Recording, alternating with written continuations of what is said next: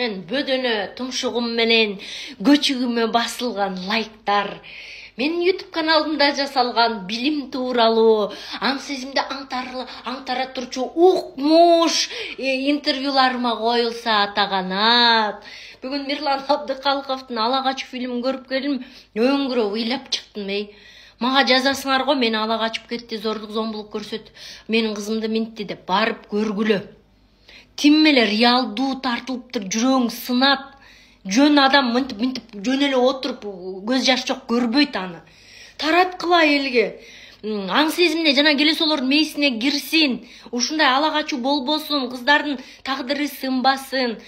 Кечке эле кыз түйү бересиң дегендер үчүн Дальмира Төлөпберген деген режиссер сонун белектеген фильм тартты, көрүүчүсү жок. Ушу ырчылар тажатты фонограмма менен ырдап же үнү жок дейсиңер. Үнү бар, момундай ырчылар бар. Бир төш белгиси жок.